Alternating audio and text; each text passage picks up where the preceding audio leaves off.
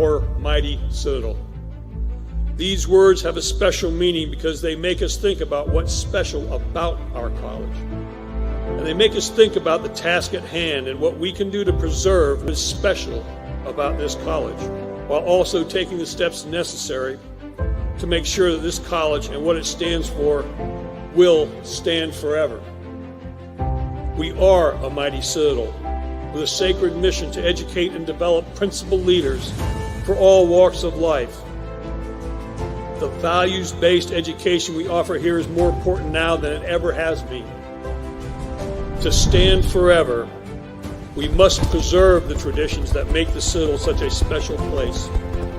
The traditions of service, challenge, resilience, and camaraderie.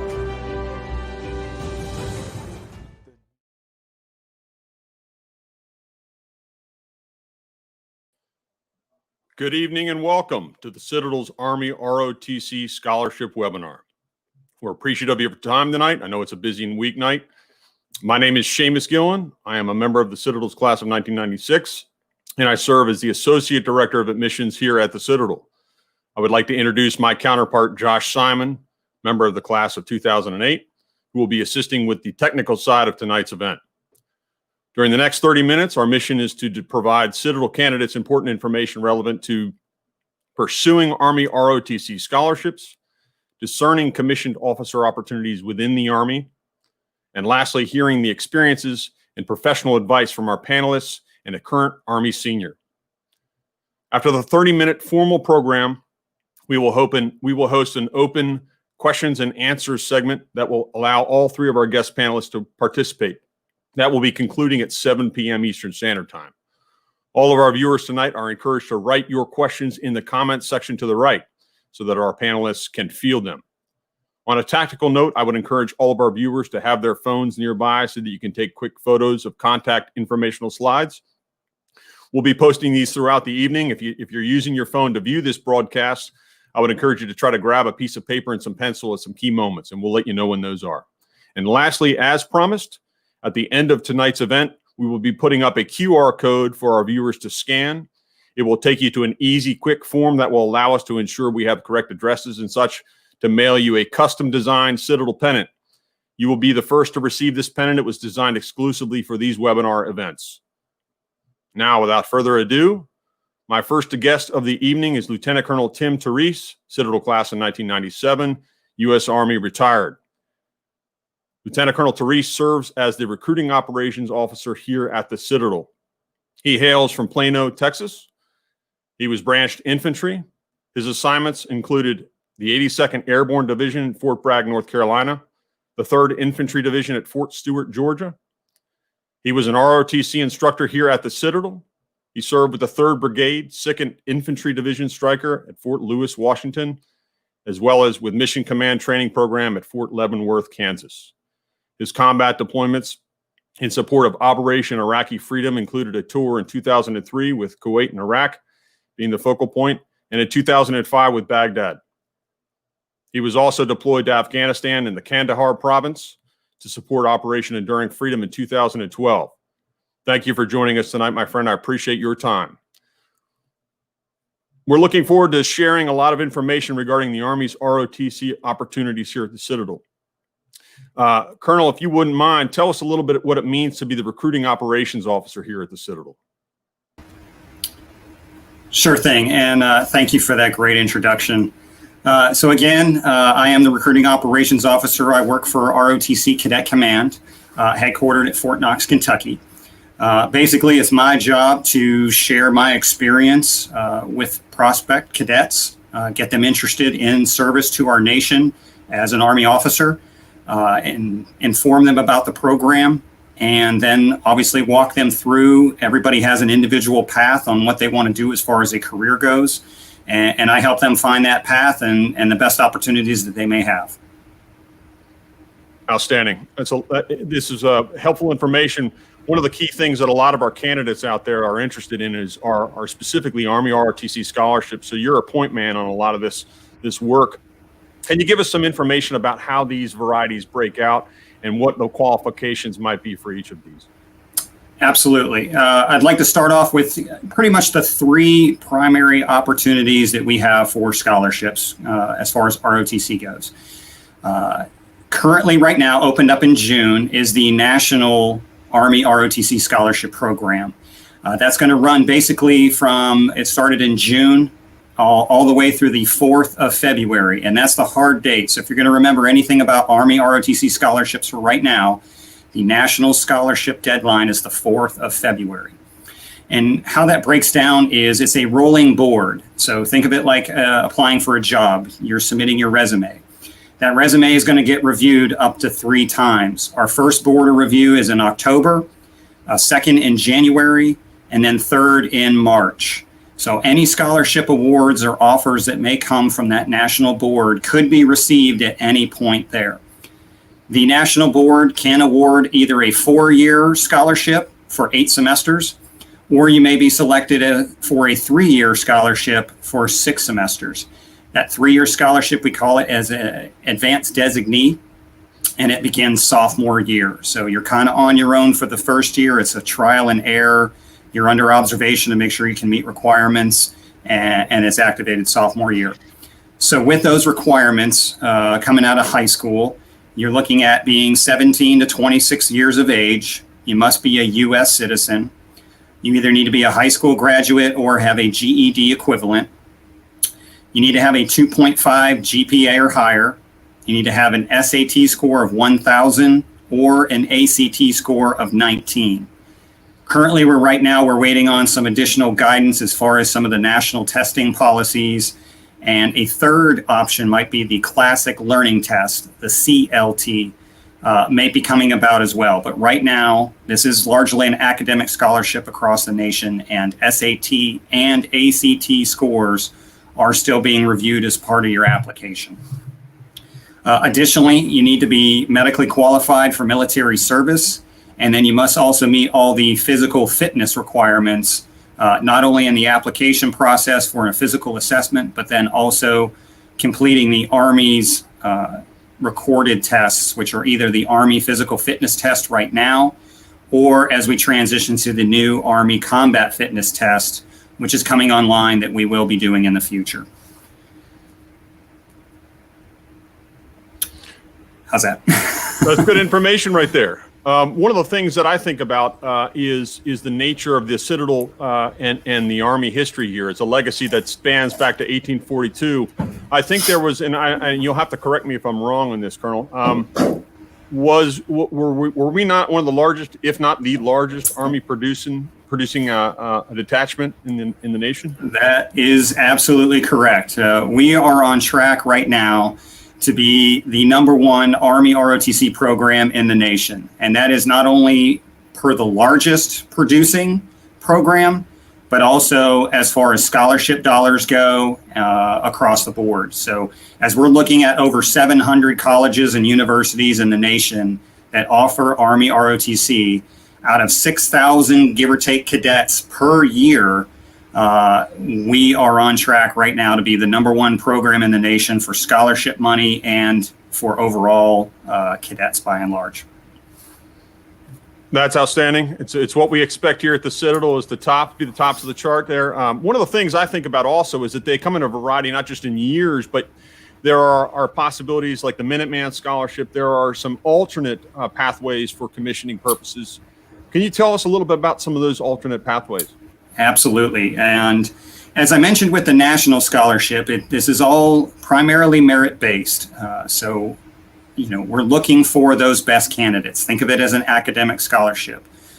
The Army wants, leaders of character, physically fit, able to answer those nation's call.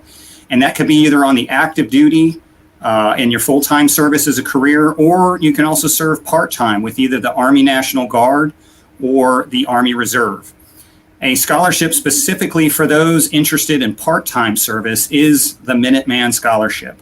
And what this is specifically is for those interested in that part-time service. Maybe you're looking for a career once you're outside of college, working within your degree or your field of study. That's ability to still serve your country part-time, the 1 weekend a month, 2 weeks a year, still have all those medical benefits and that pay And not only that, the pride and commitment and duty to serve your country through either the Army National Guard or the Army Reserve through the Minuteman. That scholarship window will open up as soon as the national window closes. So as I mentioned again, June to March currently is the national scholarship, which you can find at goarmy.com/ROTC. And you can find the additional information as well about the Minuteman. That Minuteman scholarship process will begin somewhere around March or April. It all depends on whether the last board, when the results from the national scholarship are reviewed and sent. And then it'll run from March or April through August. So prior to matriculation and arriving as a cadet, maybe with a little bit of an overlap, if you're interested in serving in the National Guard or the Army Reserve, that scholarship is an opportunity for you as well. Now, they also still have a 4-year and a 3-year option. All the benefits as being a cadet, a contract cadet. Think of it like you're signing a contract that you will serve your country. Both the Minuteman Scholarship and the National Scholarship require 8 years of service, whether you're active duty on full-time or, again, part-time with the Guard or Reserve. Now, that active duty time breaks down a little different. You're required to serve at least 4 years on active duty, and then you're given a choice.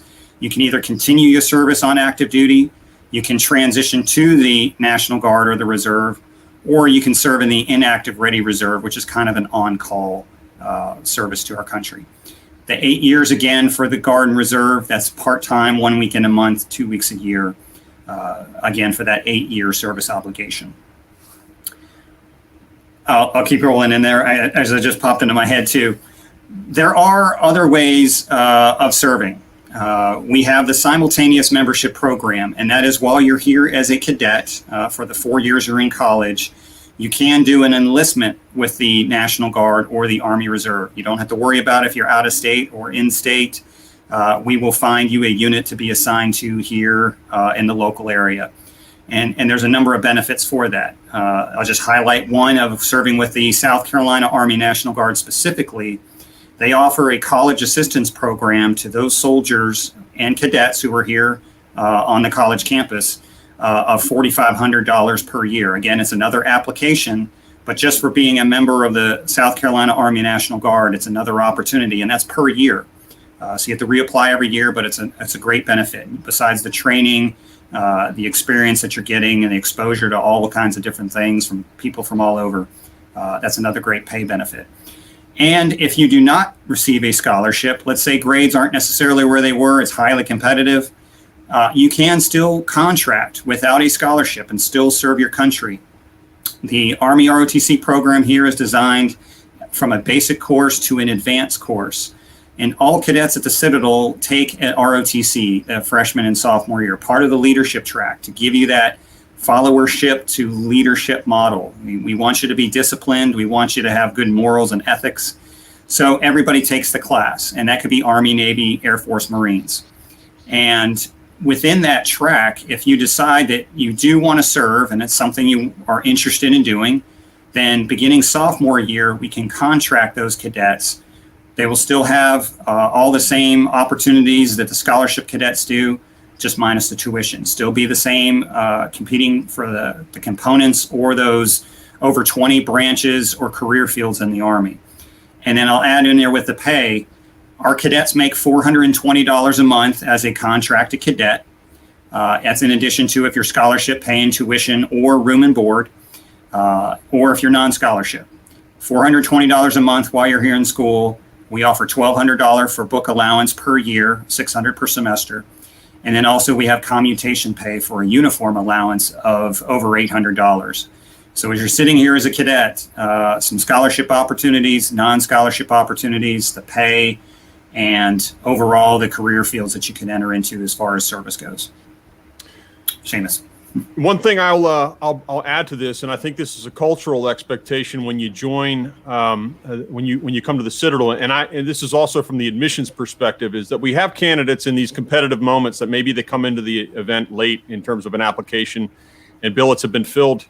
The team over there in the Army Department is committed to trying to help hardworking cadets find those 3-year scholarships and pick up scholarships while they're here. from the admissions perspective, we're very, very sensitive of the financial burden that college plays across the United States. And to meet that, we assess the academic laurels that students bring to the Citadel. And if they don't pick up that 4-year ROTC scholarship, or they don't pick up a scholarship in their senior year applying, we adjudicate them in terms of our advice.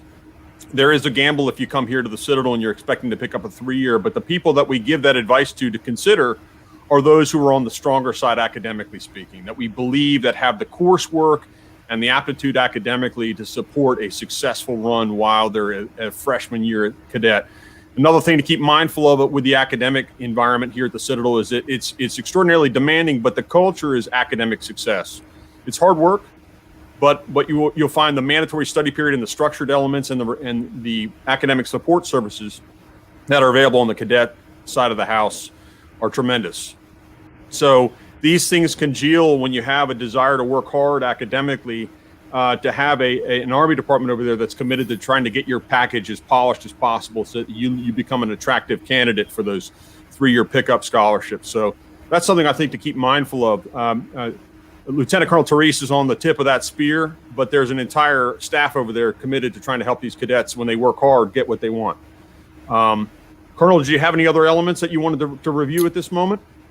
I can just expand on that. Sure, the campus-based scholarship options are always available. Typically, they're related to budget, which we work off of a fiscal year, October to September. So as you just said, we will always look for deserving cadets, maybe some that were national applicants. Maybe the Minuteman wasn't for them. They were really looking for active duty service, and they really somewhat have a need. Again, it's merit-based, but there are also campus-based opportunities that we look at. There could be 3-year scholarships or 2-year scholarships available from here. That essentially, working through the instructors and the professor of military science, we can make those recommendations. And like I said, it's all about working with individuals, finding your path to your career and your success. So, and we have a great program. Again, we're one of the largest in the nations. A great Ranger Challenge team. We have an Association United States Army Club. And the Cordell Airborne Ranger Tactics Club, which I know we're going to talk about as well. So it's a fantastic program. Again, I was here as many times as I could as a cadet, as an instructor, and then now in retirement, back again, serving this school, the college, and all of the cadets. It's what we love to do. Colonel, thanks for your time. I'm going to ask you to stick around if you would, sir, so we can Absolutely. keep you in for our question and answer. We're also going to put a slide up. This is that time to get your phone out or your pencil out so we can write down some information, folks. He's on point in terms of the local contact with regards to your scholarship applications. He's a busy guy, but he does get around to answering all your questions and concerns. So make sure you get a quick snapshot of that, and we're going to move on. Colonel, thanks again. We're now going to move on to our second guest of the evening. This is a gentleman that I knew as a cadet. We were both in Bravo Company here at the Citadel in the 1st Battalion on campus. His name is Major Tim Swanner. He's Citadel class of 1994, Army retired. Tim was born and raised in the Boston, Massachusetts area. He graduated with a business degree and a minor in psychology. He entered flight school and subsequently shipped off to Camp Stanton in South Korea, where he flew OH-58Ds. These are pretty exciting scout helicopters. He was flying along the DMZ, which is kind of a hot area of late, and later served with the 82nd Airborne. While he was with the 82nd, he completed Officer's Advanced Course and was then stationed with the 10th Mountain Division at Fort Drum in New York, where he served as a cavalry scout troop commander. During this time, he trained and was successfully assessed for the 160th Special Operations Aviation Regiment. Thereafter, he entered the Green Platoon, as it's known, training with the 160th. This training, coincidentally, commenced on 11 September of 2001. I'll let that sink in for a moment. That was day one. Upon completion of this training, he immediately deployed to Afghanistan as an MH-47D heavy assault platoon leader. You see some graphics here of the 2 airframes that he was flying predominantly. He deployed to Afghanistan and Iraq continuously until his proposed PCS to Command and General Staff College in 2005. However, this was waylaid when on 28 June 2005, members of his former unit, including the current commander at the time, Major Stephen Reich, were killed in a rescue mission popularized by the movie Lone Survivor. Some of our viewers might have seen this film. After that tragic loss, of your comrades. He returned to the 3rd Battalion, 160th Special Operations Aviation Unit, and assumed command of the company without ever attending the Command and General Staff College. That's pretty unique. He remained in command of B Company until June of 2007. Upon relinquishing his command, he began to fly as a civilian contractor, conducting missions in support of the global war on terror. And he's been flying fixed wing and rotary wing aircraft since. We're going to now bring Major Swanner into the program here. Good to see you back. Thanks for being with us tonight. So we're gonna start off with a couple questions that I have devised. I hope I won't catch you off guard here, Tim, my good friend. How was your time at the Citadel Cadet? Let me ask it this way: when you reflect back on your time as a cadet at the Citadel, and you think about the unique career that you had as an Army aviator, what are the connection points in terms of one of the basic things you learned as a cadet, and how applicable were they during that career with the Army? Well, Army aviation is kind of a unique leadership cauldron in itself, but backing up, the Citadel provides just an outstanding experimentation for leadership, starting at pretty much your sophomore year till the day you walk across that stage with your commission. You're leading in some of the toughest possible ways to lead, and that's leading your peers. And leading privates isn't necessarily easy, but it's the law. And so as a lieutenant leading a private, you're going to lead a private. But as a cadet lieutenant leading a cadet senior private, that's a little more difficult. So you learn various degrees of leadership and what works for you and what doesn't work for you. So by the time you graduate, you have a pretty good knack of what's going to work for you in the real world.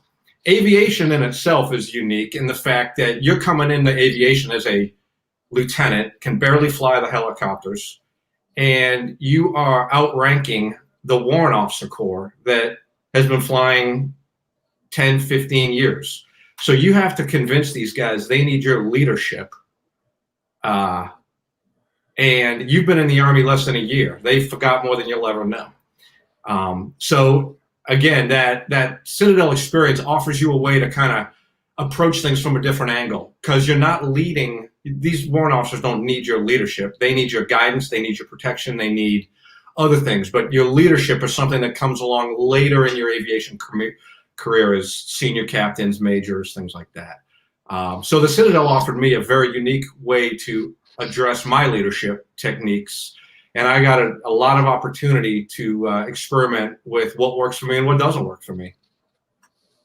I was a recipient of some of this leadership back in the day. That's the good news. That's what didn't work. It's exciting, and there's so many formative things that I think happen during the cadet career, and you're nailing it. It's challenged because of the peer element. It's challenged because of the age, and there's a naivete when you're young, but you're learning formative key pieces to leadership young. Part of that's failure. I think that's a key element that you learn and get out of the way is you'll make mistakes being a young leader. And in our commandant, a retired Navy SEAL over there, Captain Peluso, he'll make you pay when you make those mistakes, just as Colonel Dick did back in the day with us. There is a history of learning hard lessons here, but those lessons serve you well down the line. Were you an Army ROTC black badge wearer when you were here at the Citadel? I remember No, you were, actually, or no? I'm here to tell you, you can still get in the Army and not receive a scholarship. I ended up bouncing around between the Navy Department and the Marines, and found myself in the Army junior year. I contracted. So I think my end of my sophomore year, I went airborne, air assault, did all that stuff, and came back all motivated to be in the Army after my. Good for you. Yeah. So I received no money from the Army.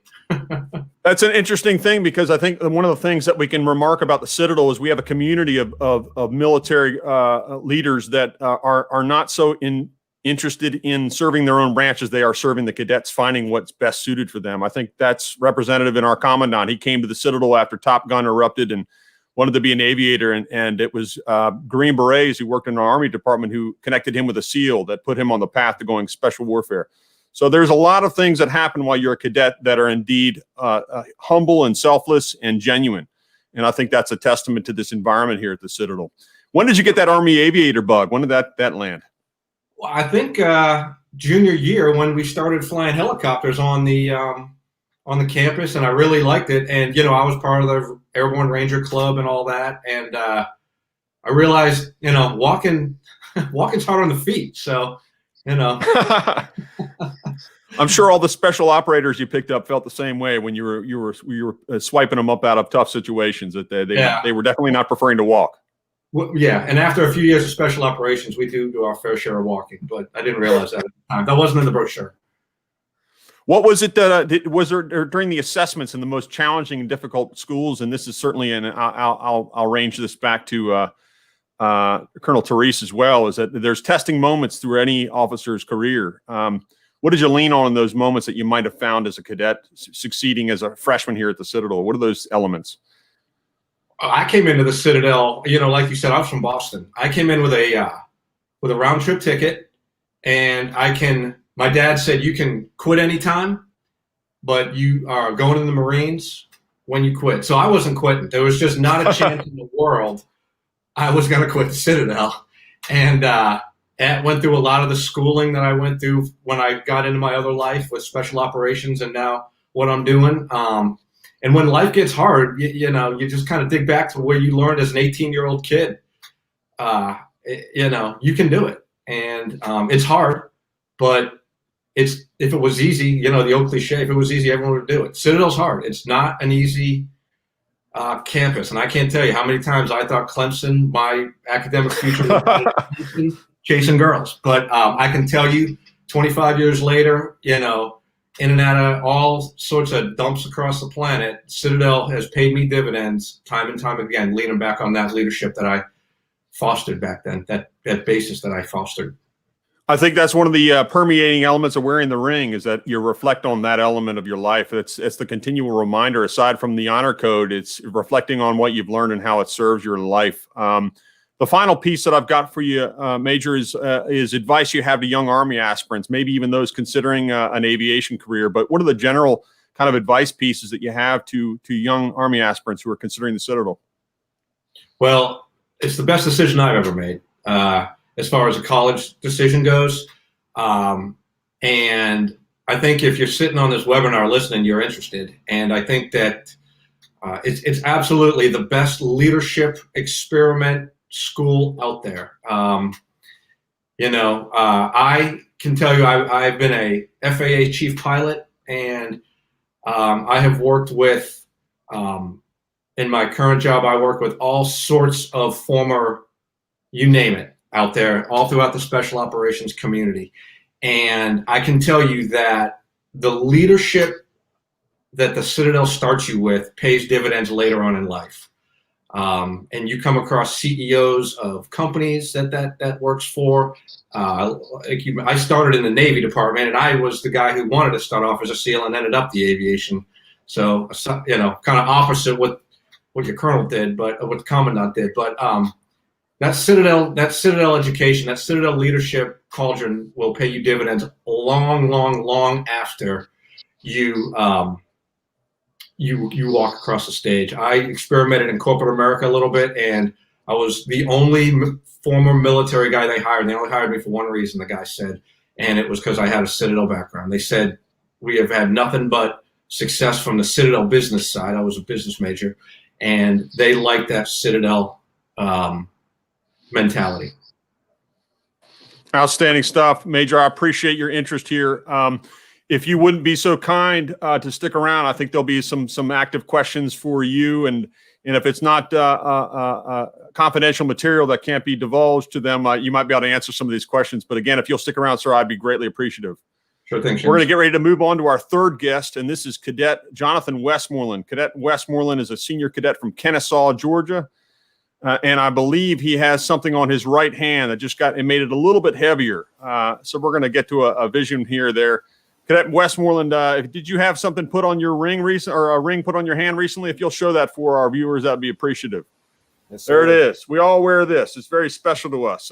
So congratulations, Cadet Westmoreland. That's a very important achievement, as you know, and we're appreciative of your time during evening study period to be with us. Let me give some background for our team here. You serve as the Cadet Battalion Commander for the Palmetto Detachment. This is the Army's ROTC detachment over there. So that's an outstanding role. You're obviously learning quite a bit during this monumentous experience there. You're a political science major with a focus on international studies and military affairs.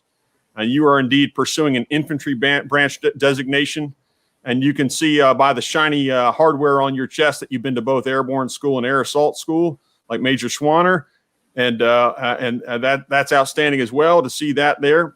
Welcome to the program. We appreciate your time again. Thanks, sir. Tell us about your experiences at both airborne and air assault school. How was that? Airborne and air assault school for me was just a great opportunity to be proactive in the Army department because they offer so much that you can do, like Mr. Therese said, with Ranger Challenge, Cordell, and then schools. So it just gave me a really nice opportunity to branch out and get more experience within the Army because I've always known that I've always wanted to do this as a career. So, and then attending airborne air assault school and getting those aspects on kind of how the Army operates and getting real experience and real-time training was just such a great moment, especially as a cadet, because I never realized that coming into it, I'd be able to go to these schools that the Army offers. Tell me a little bit about, I know, and Colonel Therese had mentioned this earlier, you're a member of the Cordell Airborne Ranger group here on campus.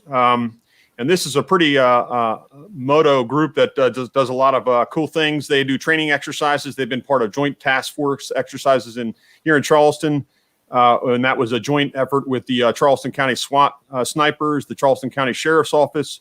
And the scenarios that they were practicing and working against were domestic terrorist situations, amongst others. You might have an experience along these lines. If you'll share that with our viewers, that might be something they can understand about what it is to be an active cadet here at the Citadel in the Army Department. Yes, sir. So Cordell was a great experience for me again, coming into it. I joined as a knob. So my freshman year, I joined the club.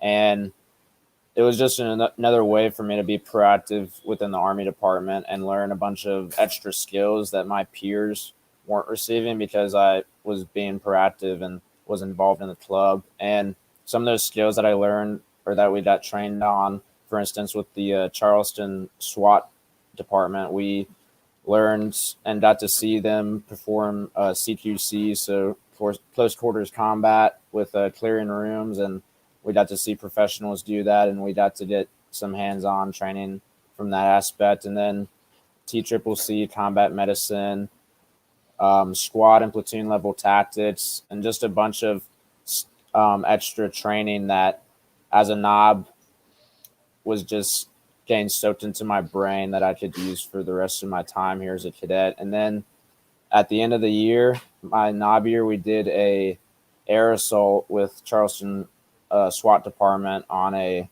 local compound or school per se.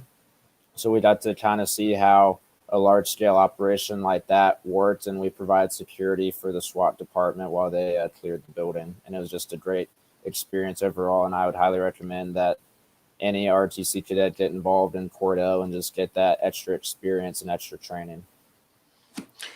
How would you equate the leadership experience you've had in that particular detachment as opposed to what you're dealing with in the barracks? And tell us about your rank quickly, and what do you hold in the barracks? What is your role?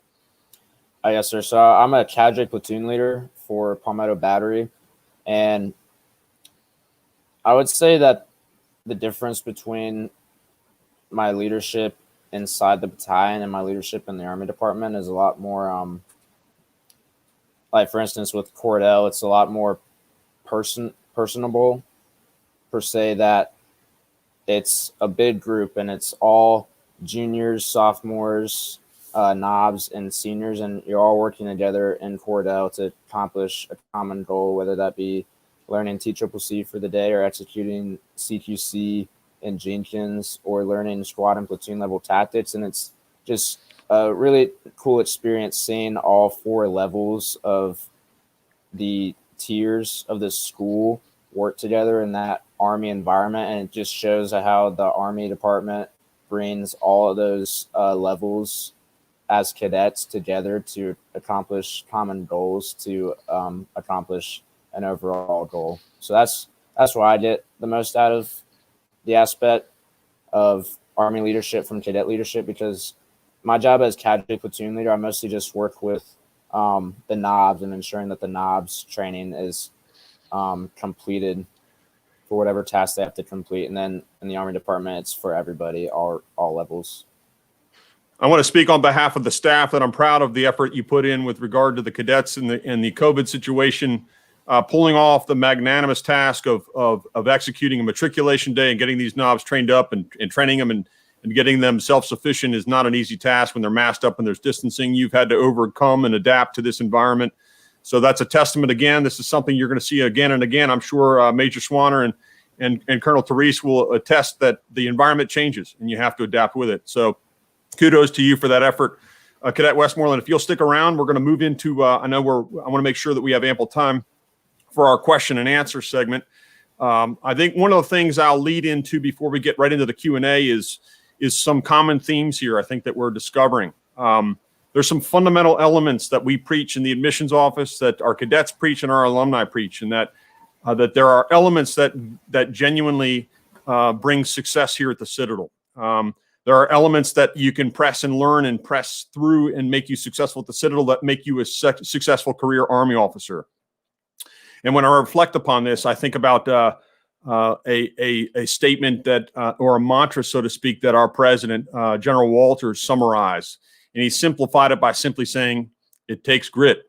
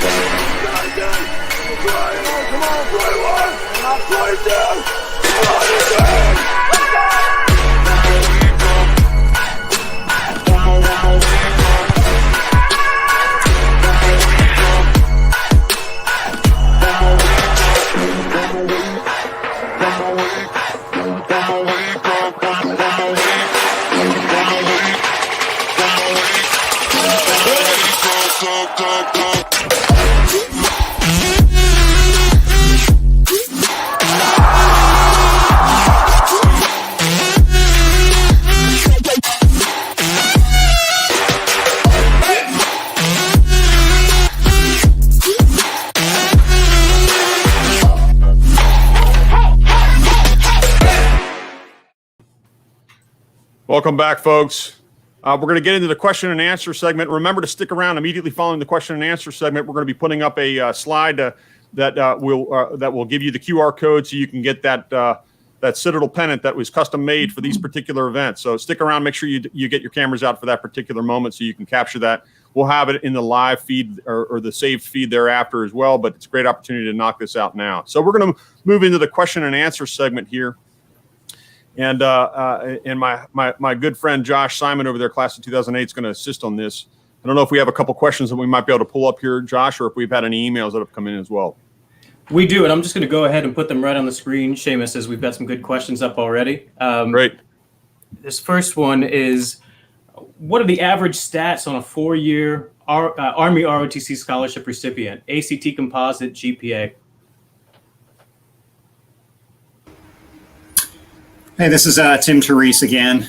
If I had to ballpark for our 4-year applicants, and there's not necessarily the perfect equation, I would say generally our national applicants are at somewhere between a 3.2 and a 3.6 as far as an unweighted GPA. Because remember, this is largely an academic scholarship, and your GPA, your honors, AP classes, things like that are heavily influenced there.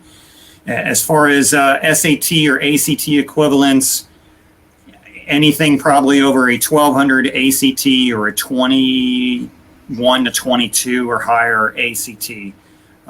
They super score it, so some people do better on one test versus the other. It always gives an SAT composite, even if you take the the ACT. So 3.2, 3.6, 1200 or higher, 22 or higher.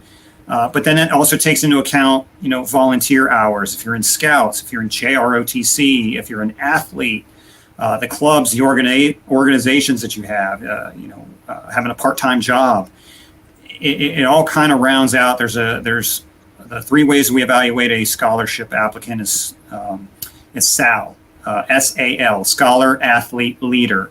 And each of those categories award points.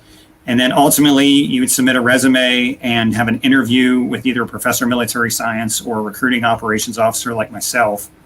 And there's a point score from separate that's just from the interview as well. So all of those things kind of come into play. Outstanding. Cadet Westmoreland, just a quick question for you. Were you a four-year scholarship pickup? Did you pick one up in high school before you arrived? Yes, sir. I applied for this scholarship my senior year of high school, and I received the 4-year active duty coming into the Citadel. Do you mind if I grill you and ask you to put out public information now? What were your credentials coming in? I didn't look you up, but if you're comfortable with that, let's hear them. Yes, sir. I believe my ACT was a 23, and then I took a new SAT when it first came out, and I believe my score for that was a 1300 out of 1600 or somewhere around there. And then I had a 4.0 GPA, and then I was just involved in scouts. I wrestled all 4 years of high school, and then National Honor Society and Beta Club. Wrestling, that's another one of those sports that translates well. Tough-minded sports, tough-minded athletes, and Eagle Scouts. Here's an interesting statistic. Eagle Scouts stay at the Citadel at a rate of 300% more so in the retention side. And that's a testament to resiliency. Is any people that come to the Citadel, I don't care what it is, Girl Scouts, Boy Scouts, anything that takes commitment, it translates here. These are the elements that translate. But kudos to you for picking up that 4-year. I know that your parents were very pleased on that pickup as well. Josh, what are the questions that we have? Next question is, what are some things that a transfer student should look out for while applying? Perhaps this one for you, Seamus, or here is. That's a good question. And what I might ask you to do is I need to get some homework on this because this is a question that I'm not prepared to field. But what I want to do is I'll give out my email address or I'll type it in the comments section right there. So you guys, and what I would ask JC Loken, I hope I'm pronouncing that correctly. I'm going to put my contact information right in the commentary on the side so that you can see or you can email me that question again, and I'll go ahead and see if I can answer you directly on that. That's a question that I just don't have the answer to right at this moment. Next, we have some questions about PT. This might be a nice one for Mr. Westmoreland. How can I up my 1 mile run time? What are any ideas, things you're working on with some knobs there? Yes, sir. So PT is obviously a huge aspect of being a cadet at the Citadel and being an Army ROTC cadet because we take at least one PT test each semester. And those are very important, and those go into commissioning when you're as a senior.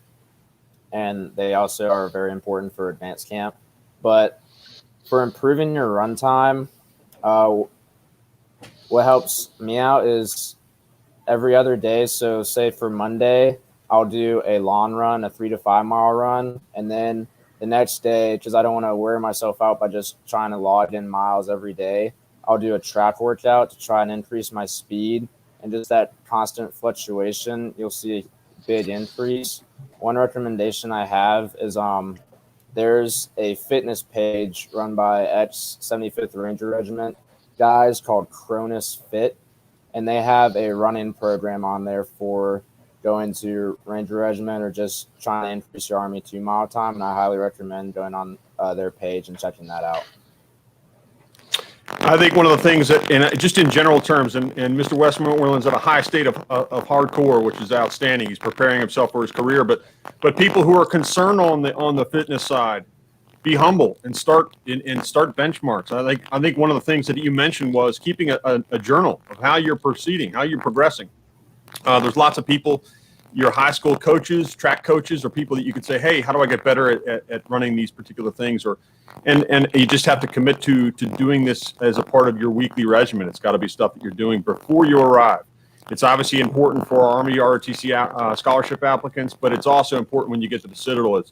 Cadet Westmoreland ran plenty of PT runs, and he continues to run them with the knobs. And these are affairs. I remember Major Swanner back in the day leading some PT runs that put a hurting on us, and that was the nature of the beast. But you need to be prepared, but a mental aspect of it is a key part, is being humble and working at it and chipping away at that side of the house. Josh, do we have a few more questions?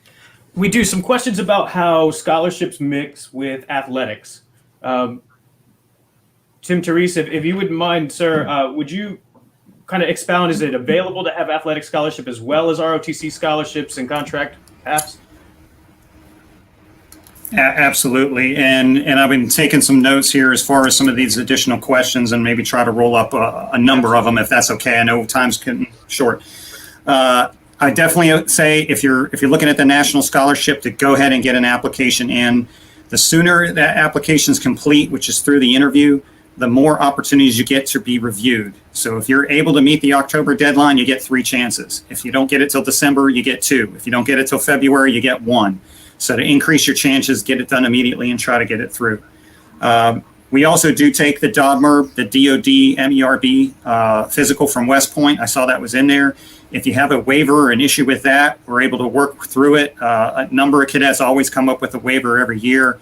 That's something we can do once you're on campus and obviously go forward with that.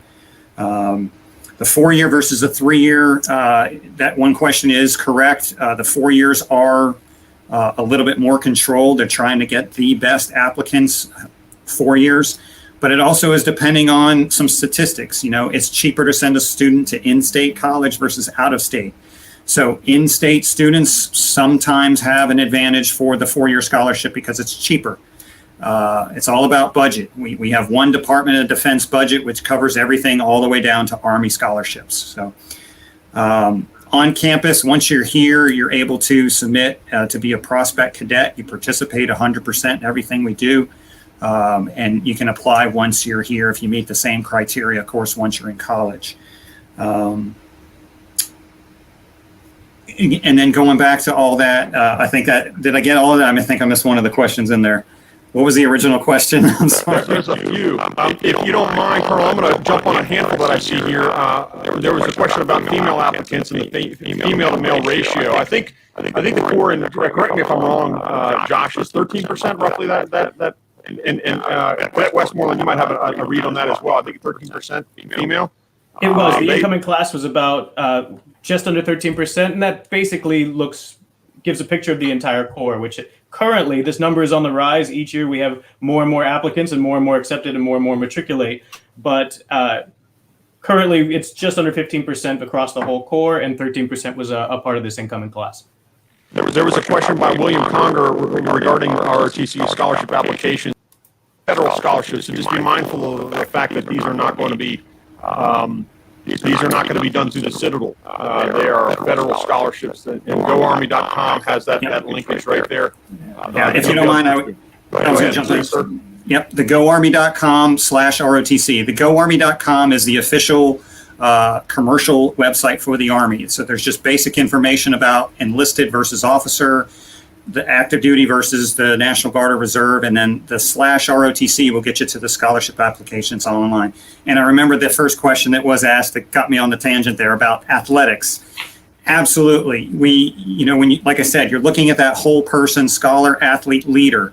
We want people who are physically fit, that work it together as a team, their standout, their commitment. So absolutely, you're fully supported by the ROTC commanding general to be a student athlete.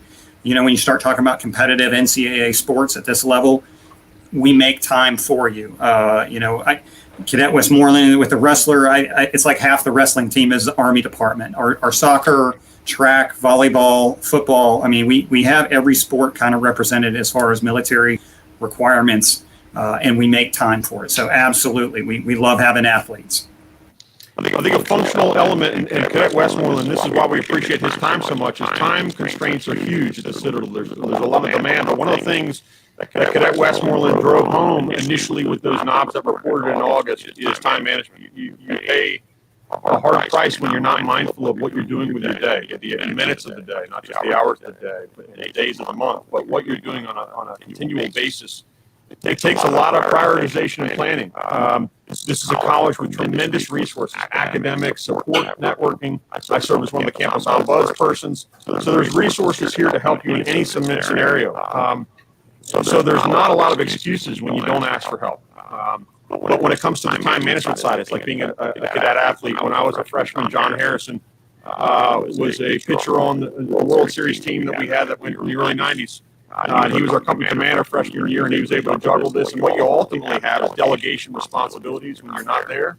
And when you're not there in class as an athlete, you've got to pick up homework and communicate. So you're learning managerial skills as a result of having to effectively manage your time on a day-to-day basis. Would you agree with that, Cadet Westmoreland? Yes, sir. I would definitely agree that time management here is a huge aspect of being successful because, like, even just from the aspect of if you are an athlete, if you are just a regular cadet, or if you're a cadet doing all the stuff in barracks and then doing all the stuff within the different service departments, time management is just a huge day-to-day aspect for us. So coming in, which if you're coming in as a knob, your cadre should be able to help you and guide you and set you up for success with creating the time management skills that they have learned from over the years, because we all know how much time management can either make it or break it here with all the different tasks, military tasks or academic tasks that you have to complete on a day-to-day basis. So one of the things I'll say about being an athlete here at the Citadel is we're Division I and they graduate at the same rate as the non-athletes. That's astounding. That is a statistic that you probably don't understand, but when you go to other schools and you look at Division I athletics, and no shots across the bow at the other schools, but the reality is the numbers speak. We're an institution that provides graduates in 4 years, and it's not an easy place. We were averaging for decades better than 20 credit hours above our peers in terms of requirements to graduate on time. We're changing some of this in the general educational requirements to give you more flexibility and focus points and nuance to your degree pursuits. But you discover how much you can get done in a day when you come to the Citadel. That's just the nature of the beast. We only have time for a few more. Go ahead, Josh. Yeah, Seamus, it sounds like you've got a little something going on with your mic. If you'll check that while I'm going to field one particular question. And then also, Colonel Therese, if you'll just take note of, there's a series of medical questions here in the comments. I'm going to ask a quick question of Major Swanner and Mr. Westmoreland, and then it'll get to you as well. In terms of branches and where you end up after you leave, Major Swanner, for the Part A to you, what selection options did you have? Then after that, moving to Mr. Westmoreland, what are your selection? Where are those things? How have you felt about your choices and what is kind of laid out before you? And then any follow up, followed by the medical questions. Mr. Therese, please. Well, when I went through, I think I had to select in 93. I think I had to put in my choice. So that meant about 1992, I was taking what they used to call the FAST test. I think it's a different aviation test, but as an aviator, you have to basically put all your eggs in that basket. At least that was the way 25 years ago. All your eggs had to go in that aviation basket. So I think you got one combat arms, which was, I want to say it was infantry armor. But aviation was my first choice. And then after that, if you didn't get that, you're not getting infantry. Nobody's giving that away. So you're getting whatever someone else doesn't, whatever our needs of the Army. So I had to basically put all my eggs in my aviation basket. And I was just thinking when Cadet Westmoreland said he hasn't been branched yet, I think it was Christmas. Is that when they branch him now? I think it was my Christmas break senior year, I found out I was selected aviation. But had I not been, but that took about a year. You got to go to your flight physicals, and which I failed my first one. So if you fail your first one, there's ways to, pass your second one. Don't let that stop you. But my choice was aviation, and nobody gets it as a second choice. So you have to want. I think there was 10 of us that went out for it that year. And I think 2 of us got it out of the 10. So the other 8, they went to needs of the Army, basically. I don't know if that's the same selection way they do it now, but 20 plus years ago, that's how they did it. Mr. Westmoreland. So I just from my personal experience with the branching process so far, it really started up. It actually pretty much starts when you come in, because you're pretty much just building up your resume for when you eventually start showing interest for certain branches as a junior. So when you come in as a knob or a freshman, you want to try and be as proactive as you can with school clubs, community service, and then just extra Army activities like schools and whatnot. Because second semester for my junior year, it's called the Army ROTC tab, Talent Assessment Branching website. And they'll ask you to go in there and you have to take 6 different tests.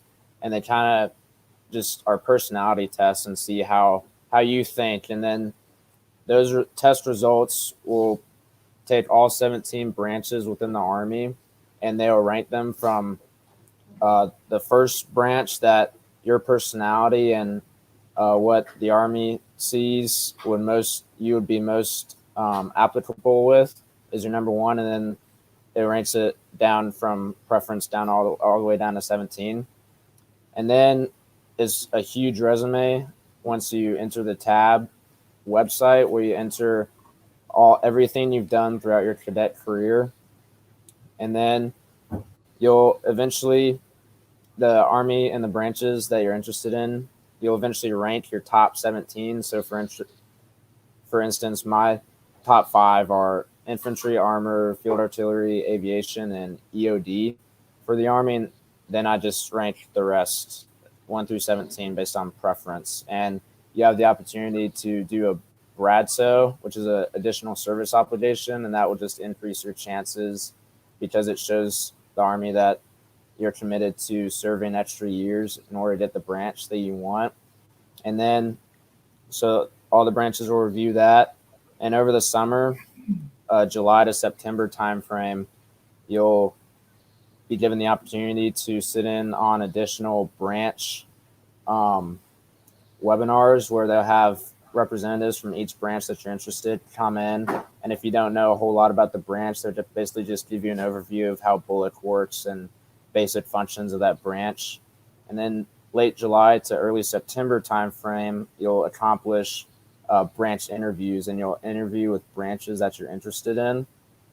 And then now I'm in the process, so I just got finished with branch interviews. Now I'm just waiting to see what my top 5 branches will be, and those will be the ones that I have the best chance of getting when I figure out what branch I get. And it's December 2nd is the date as of right now for when we will all find out our branches. And that's basically just an overview of my experience with the branching process. And it's probably going to be like that for a few years, I would imagine, because it just changed recently. So thank you very much for the very specific answer. It's perfect. Exactly what we're looking for. With just the last few minutes, Mr. Therese, if you wouldn't mind adding any additional points to that, as well as nailing down some of those medical questions. Thank you, sir.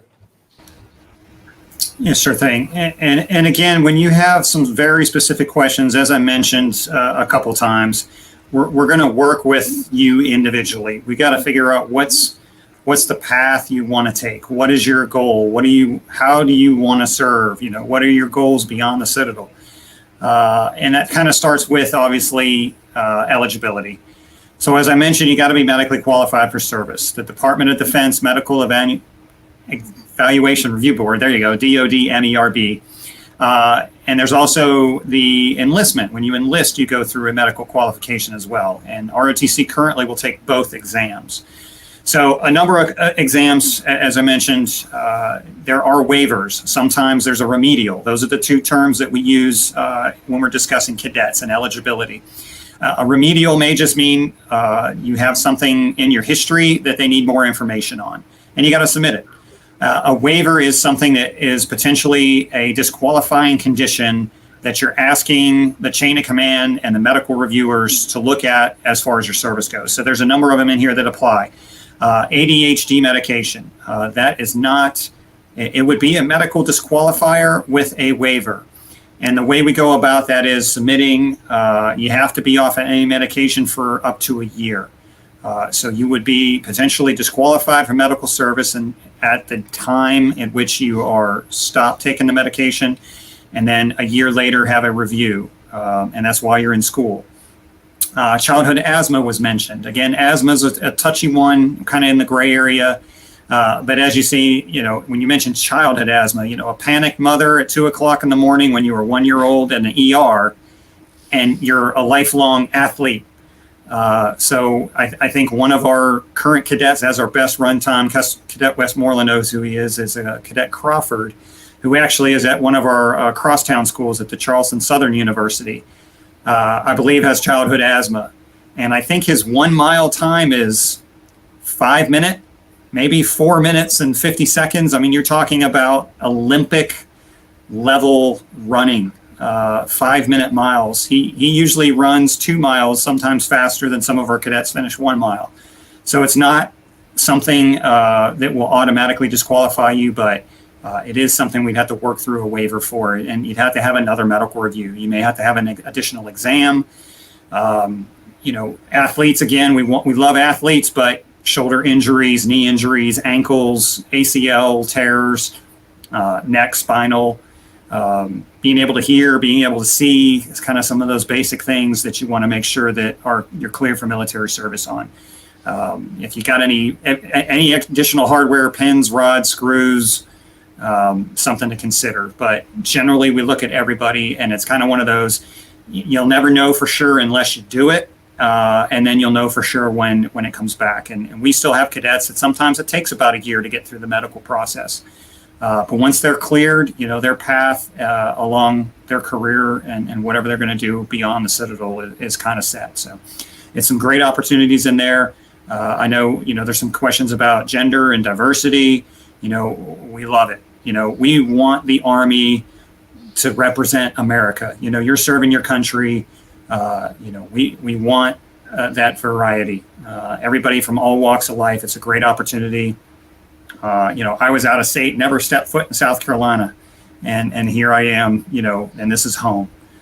So it's a fantastic place. And again, if you have those individual questions, please reach out to me. I'll be happy to work with you individually, work you through the scholarship process, the ROTC program itself. Josh, if you don't mind, can I do a mic check? Are you hearing me okay?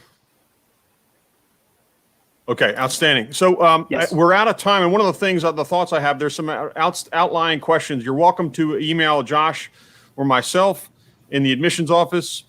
You're also welcome to email Colonel Therese. We're happy to answer those questions low level and try to group them and answer them directly to you. We also might try to answer them in the comment section post-event tonight. But I want to remind everyone we have the QR code that we're going to be posting at the culmination of a closing video that we'd like to show. So remember to stick around, have your phones available so you can scan that and pick up your pennant. Cadet Westmoreland, we can get you one too if you need one. No problem. Put that up in the barracks room until Captain Peluso comes by. But we're happy for you guys to be wearing this or brandishing this in your room, putting that up on your wall. It's a cool pennant that has never been seen before, so it's brand new. But I'd like to wrap this event up by saying thank you to our guest panelists. We're appreciative of your time. Cadet Westmoreland, I know you're in ESP. This is evening study period mode, so you have work to be done. We appreciate, again, all the viewers that tuned in tonight. We have planned many more of these. We were planning many more of these throughout the course of the next fall and spring semester months, so there's a lot to be coming here. But I'll close by asking all of our viewers or all of our panelists and such to raise the rings on the screen real quick. And then we're going to go to video here. Go Bulldogs. Josh?